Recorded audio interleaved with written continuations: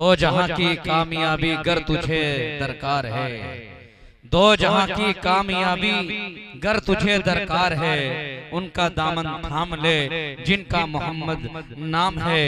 आइए दोस्तों, इस प्रोग्राम को आगे बढ़ाते हुए अब मैं आपके सामने रहबरे शरीयत नमूना असलाफ हजरत अक़दस मौलाना हसीनुद्दीन साहब दामत बरकातुहुल आलिया इमाम व खतीब जामा मस्जिद न्यू सीलमपुर दिल्ली है।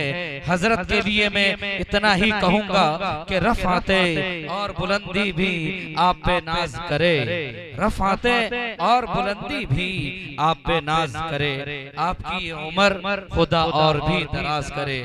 दुआ करे अल्लाह ताला हजरत की उम्र में बरकत अता फरमाए। बड़े अदब एहतराम से गुजारिश है कि हजरत तशरीफ लाएं और कीमती मवाइद हसना से हम तमाम को सरफराज फरमाए।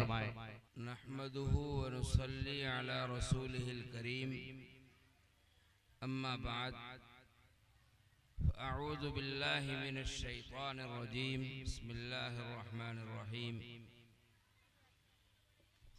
इन्न हाज़ल क़ुरआन यहदी लिल्लती हिय अक़वम व युबश्शिरुल मुमिनीन अल्लज़ीना यअमलूना अस्सालिहाति अन्न लहुम अजरन कबीरा।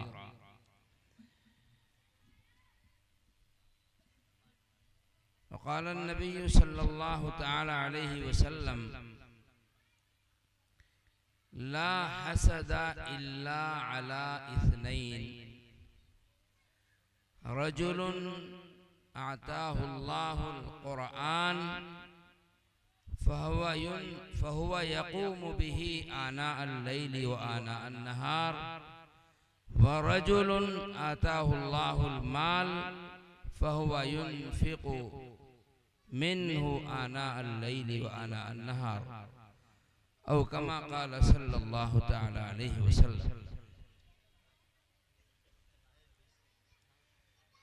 भाई चुप जाओ, बच्चों खामोश हो जाओ। कितने बच्चे हैं?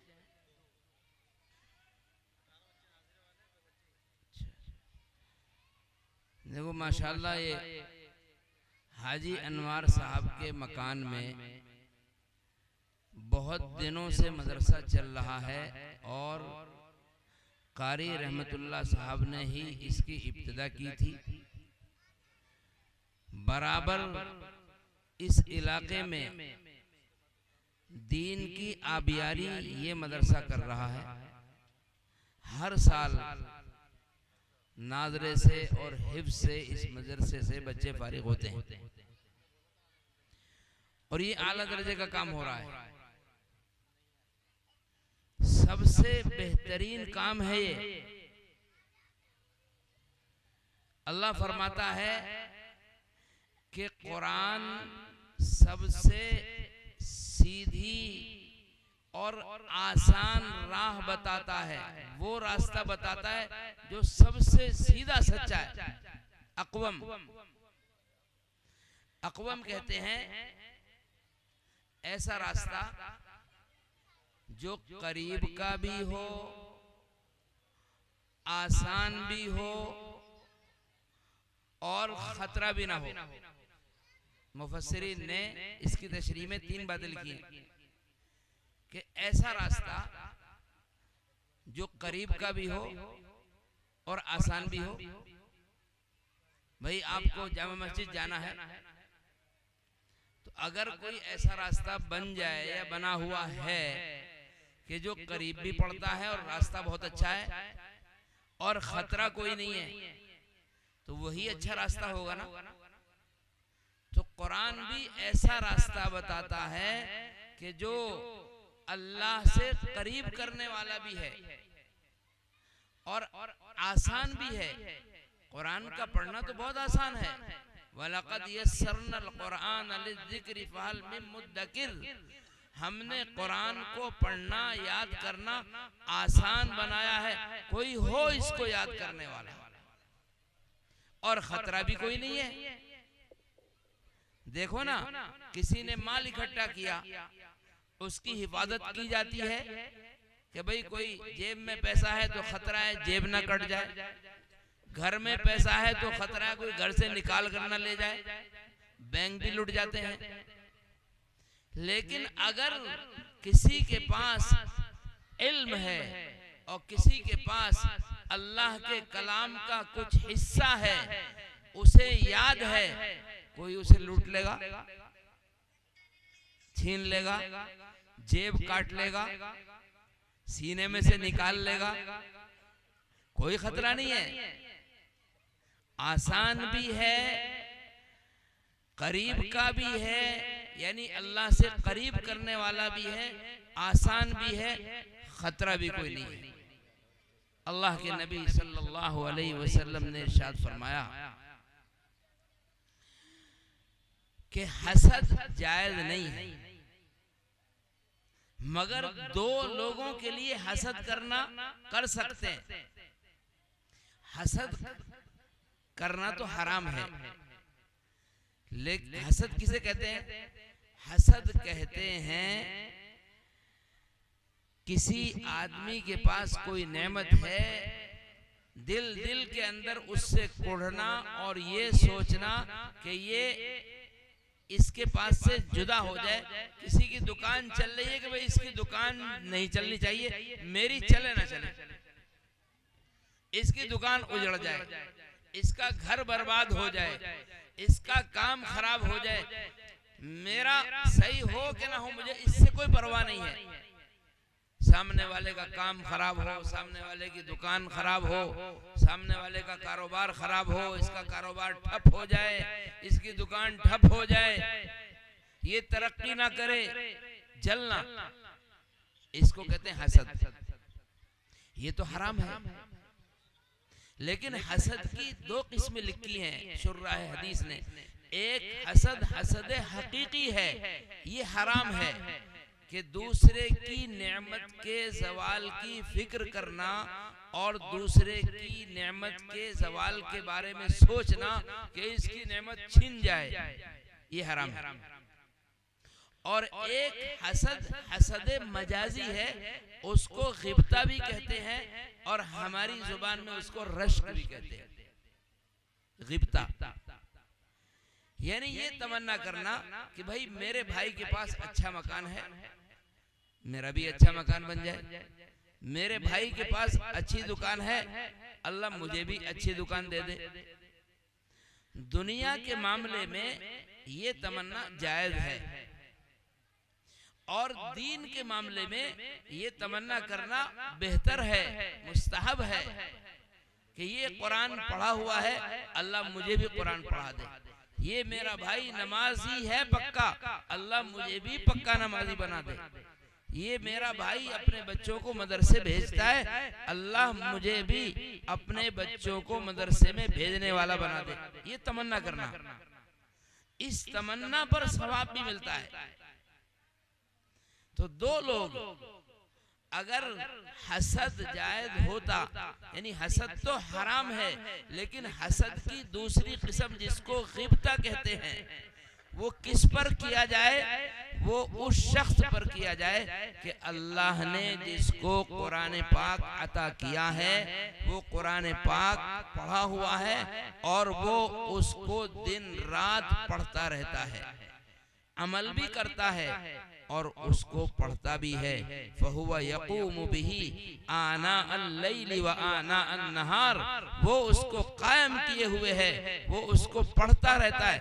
सुबह को देखो तो कुरान पढ़ रहा है, शाम को देखो तो कुरान पढ़ रहा है। अरे नमाजी आदमी तो सुबह से शाम तक पढ़ता है कि नहीं पढ़ता?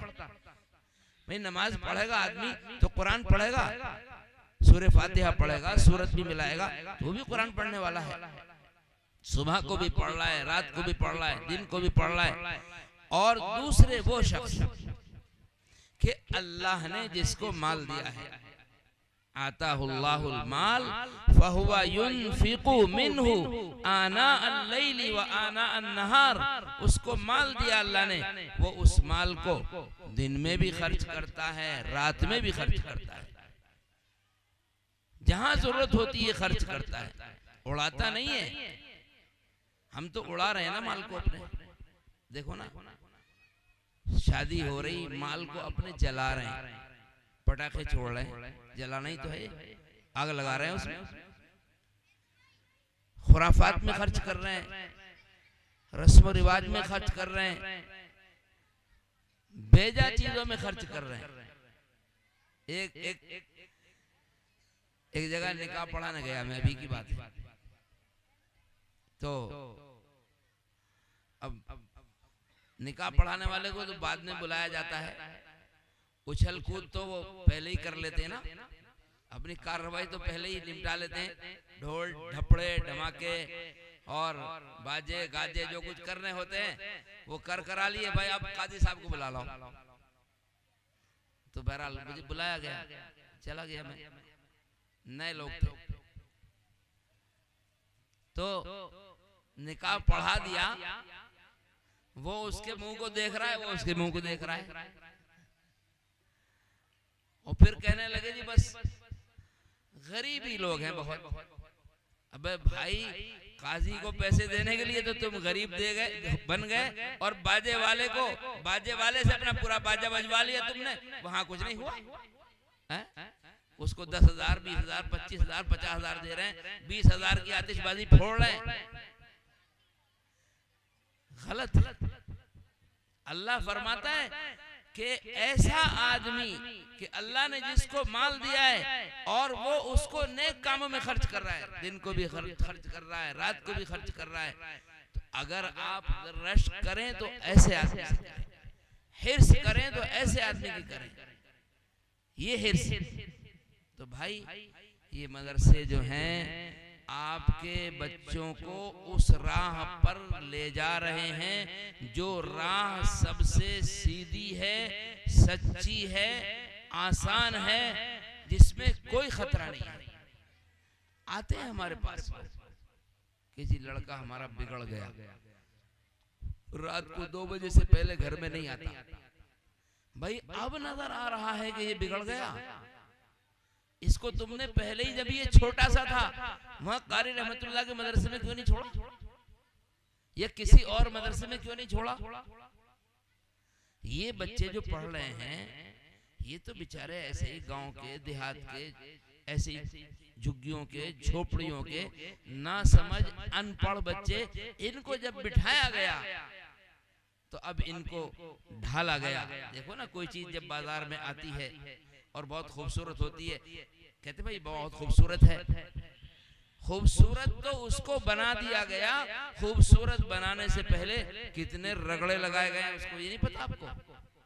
देखो ना, कहीं उस पर वेल्डिंग होगा, कहीं उसकी घिसाई होगी, कहीं उस पर निकल होगा, कहीं उस पर पॉलिश होगी, और कहीं उस पर पैकिंग चढ़ेगा, और चढ़ा कर मुलम्मा शादी करके फिर बाजार में ले जाया जाएगा, फिर उसको सेठ जी आकर खरीदेंगे। हालांकि वो उन कारखानों में घिसी गई थी जहां अगर आप जाएंगे तो आपके जाते ही कपड़े खराब हो जाएंगे, काले निशान पड़ जाएंगे, ऐसे कारखानों में घिसा गया था उसको।